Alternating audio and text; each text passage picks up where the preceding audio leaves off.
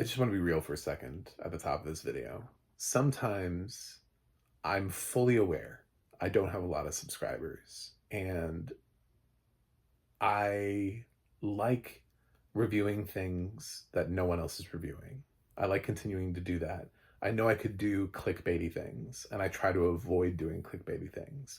But at the same time, I wish I had the kind of reach that somebody like Chris Tuckman could have, so I could give voice to a lesser known film like this. I think this film is terrific, so I'm going to talk about it. My name is John Stark from MacMovieGuy.com. I'm a blind film critic, and this is my review of Ghostlight. This film is available with audio description. It's done from IFC Films. The audio description is by Audio Eyes. It's written by Matt Boggs and narrated by Rick Boggs. The Boggses do the audio description here. And I don't know.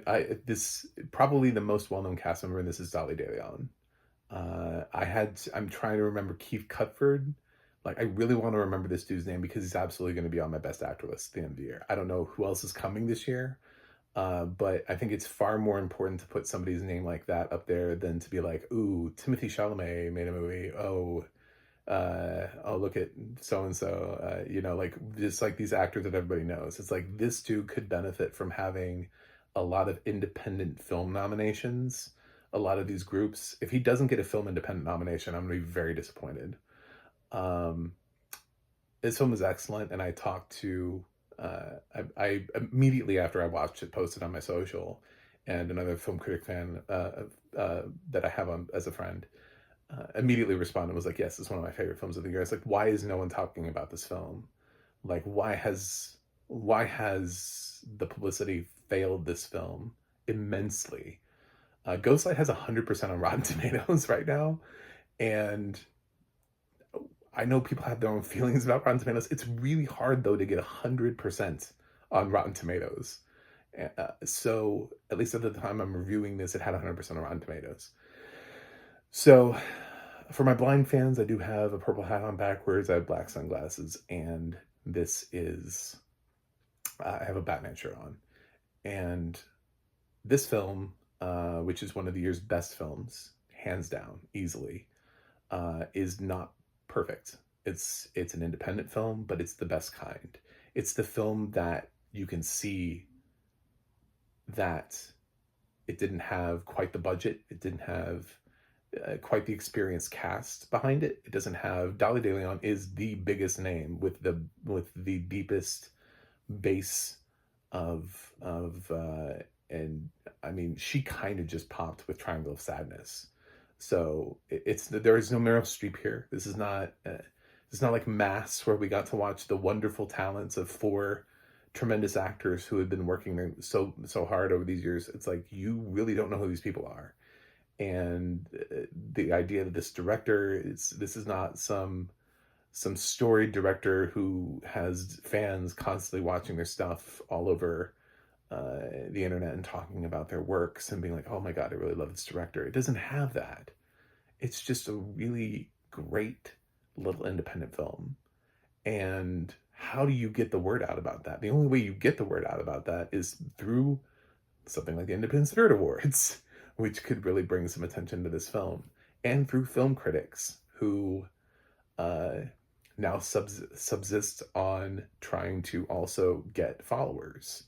So I think we have to buck the trend of constantly just only reviewing what's number one at the box office, and also say there's some really great films out there that didn't make $100 million this year at the box office, that had a very low budget, have a very contained story, and will hit you in the feels. This story is about a family. What's interesting about this cast is that we're introduced to this family, and there's a daughter and 2 parents. And there's a problem at school right up at the top of the film. And their daughter has created an issue. She seems The best way I can describe the daughter in this is she is admittedly a bit much. But when you, at the beginning, I was like, this is a lot. And I was waiting for the development of this character because I wanted to see like where they were, what was where were they going to take this character? You know, what was the journey? Because this film kind of there's a before to this and you don't know what it is. You don't know where this family's been, but people suggest to it, they're like, I know this is I know this is a really hard time for you right now. And when people start saying things like that, you're like, oh shit, what are they going through? And so you're waiting for that. You're waiting for that shoe to drop. God damn it. Anyway, so when it does, it drops and it drops and it drops again. It just keeps like the weight of the shoe. It's a very weighty shoe. It just keeps dropping as you sort of unpeel the layers of the shoe like it's an onion. I don't want to reveal too much because I do want people to feel impacted by the film, but basically this family has been through something and they're all dealing with it in very different ways, and their daughter is a bit much, but we also learn that she's a theater kid. And when I learned that, I was like, oh my God, theater kids are totally like this. I was like, she absolutely has the theater kid vibe. This is what I do. And when I'm not doing videos, I work in live theater and I work with kids who are younger than me. So, with like fresh out of high school kids. So I work with like this age group and I'm like, oh my God, that was the vibe. I'm picking it up. I was like, what is this vibe? Like this kid is, I was like, yes, this is a very, very on brand. I was like, she's playing this perfectly. At first, I was like, I don't know if is this overacting? What do we do? Is she autistic? I was like, I could not pick up what this character what they were trying to do with her. But as soon as I realized she was a theater kid, I was like, done, signed, sealed, delivered. I fully believe it. I'm all over this now. Perfect casting, perfect acting, everything. It's like, now that you've explained it to me, I'm like, this makes absolute perfect sense. So, yeah, very dramatic, very, very, very dramatic child is what I'm saying. So, yes, I fully approve. And the story kind of follows the father, who's a construction worker, and he's sort of battling these demons that this event has left him with. And next door to this construction site, or near this construction site, is a theater company that's trying to do some work, and they come out and they kind of yell at him, and he kind of has later on he kind of has a breakdown, which leads him to sort of be suspended from his job, but also this theater lady played by Dolly De Leon that he has had a previous interaction with kind of brings him inside, and they kind of sit down and he sees sort of what they're doing, and it's like it's theater, and he starts going through sort of like these exercises, these acting exercises. It's a very community theater. It's just a bunch of adults who got together and who like to act. You know, like this is what they do to, I don't know, relieve stress or whatever. These aren't people who take acting, like they're not trying to like get on Broadway. There's like one guy who is, but he can't take it. And then there's a thing that they do with him. So he's like, I have an agent, you know? So most of the people are there because they're typical what you would find in community theater. Again, I've done community theater before. This film felt like fully on brand. And they're doing a production of Romeo and Juliet, and there's, you know, casting, and they're talking about this casting, and he's never acted before. He's never read from a script before, so they hand him a script and he starts reading. It's not great. Plus it's Shakespeare. When you throw somebody who's never read Shakespeare into Shakespeare, it's like, oh my God. But that's the thing about this, is that is it Keith Kirk, I know I'm not going to pronounce Kiefer or whatever his name is. I know I'm not going to pronounce it right because I've never heard a real person pronounce it before. It's just like screen readers. Um, yeah, it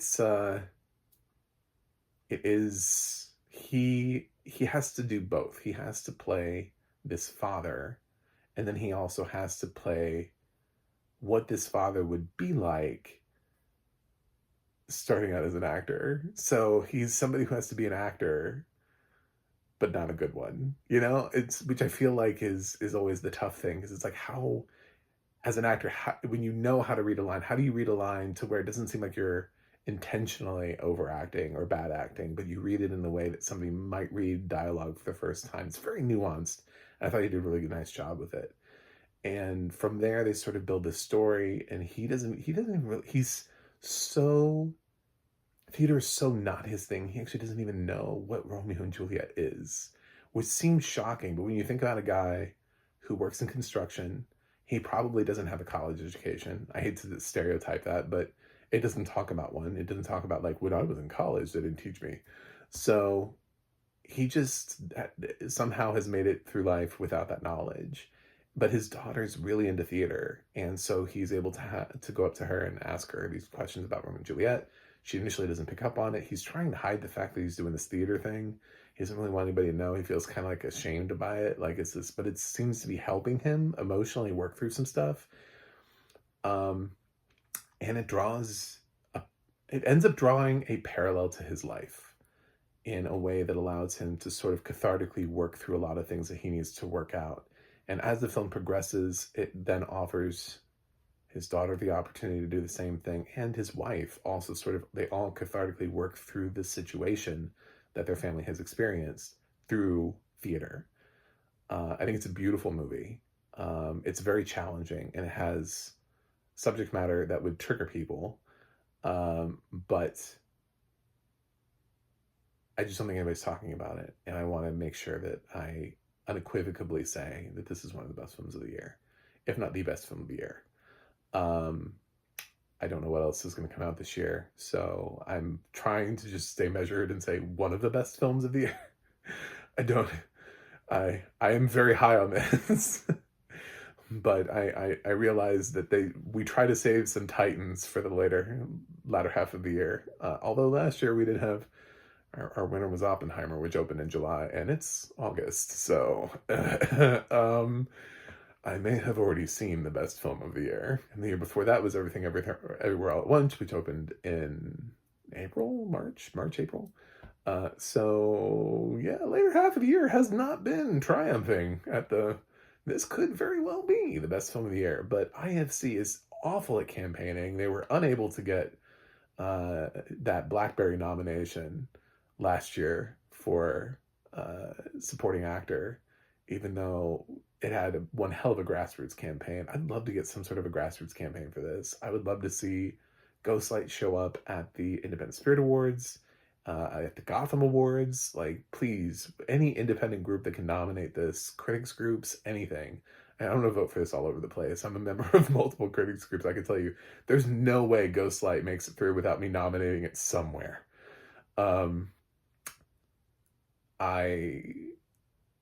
I think this is just a tremendous film. It's very I love it also for what it is.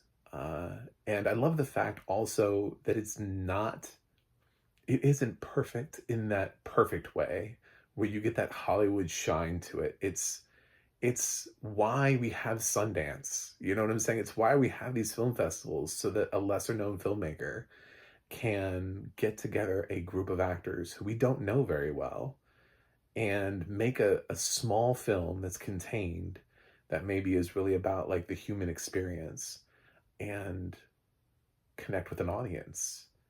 And they didn't need visual effects to do it.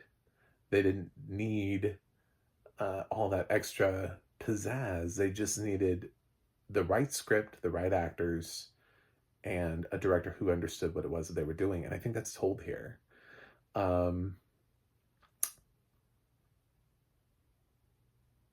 I think a lot of people are going to hear the title Ghostlight and think it's a horror film. And that's unfortunate, because it's very directly references what the film is about. And theaters have a tradition of leaving a light on in center stage. It's sort of just like a tribute to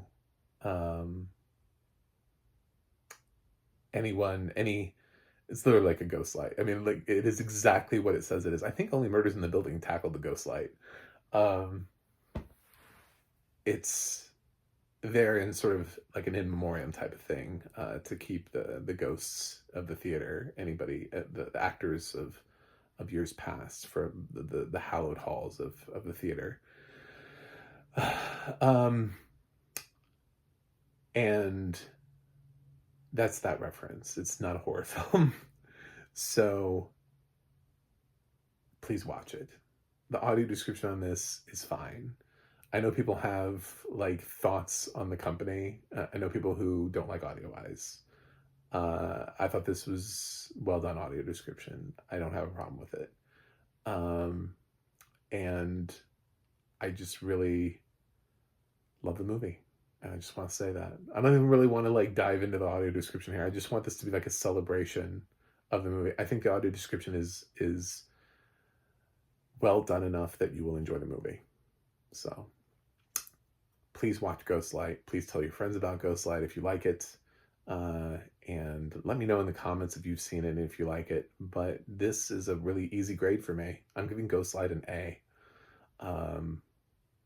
And I really hope this gets views. Anyway, thanks for watching. Thanks for subscribing. And I will see you guys on the other side.